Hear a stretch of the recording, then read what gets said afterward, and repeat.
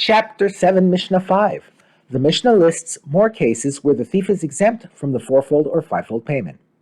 If he sold the animal except for 1/100th of it, that is, he sold 99% of the animal and kept 1% for himself, or if he had part ownership of it before he stole it, or if he slaughtered it, but it became a nevela in his hand, that is, he slaughtered the animal incorrectly, thereby making it a nevela, which may not be eaten, or if he slit the pipes lengthwise or tore the pipes out, which are invalid forms of slaughtering, shchita. In all these cases, he makes the double payment for theft, but does not make the fourfold or fivefold payment for slaughtering or selling the animal. Kinyan. We now are discussing kinyan. When one buys something, he does not acquire it until he performs a kinyan, act of acquisition with it. Similarly, if one takes something from another person without permission, he has not committed theft, which makes him subject to the obligations of a thief until he performs a kinyan. Therefore, if one stole an ox or a sheep and then slaughtered or sold it before he performed a kinyan, he is not obligated to make the fourfold or fivefold payment.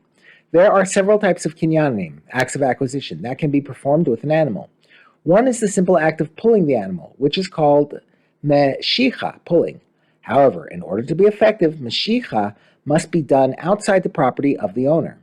The Mishnah teaches how these rules relate to the fourfold and fivefold payments. We now return to the words of the Mishnah.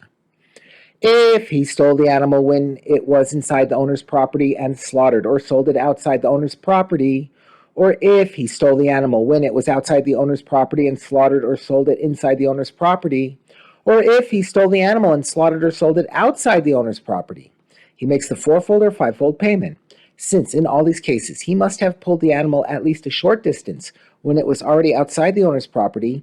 He performed a valid act of meshicha, pulling, which makes him subject to the obligations of a thief, including the fourfold and fivefold payments. But if he stole the animal and slaughtered or sold it in the owner's property, in which case it remained inside the owner's premises all the time, he is exempt. Since the animal did not leave the owner's property, he did not perform a valid act of meshicha.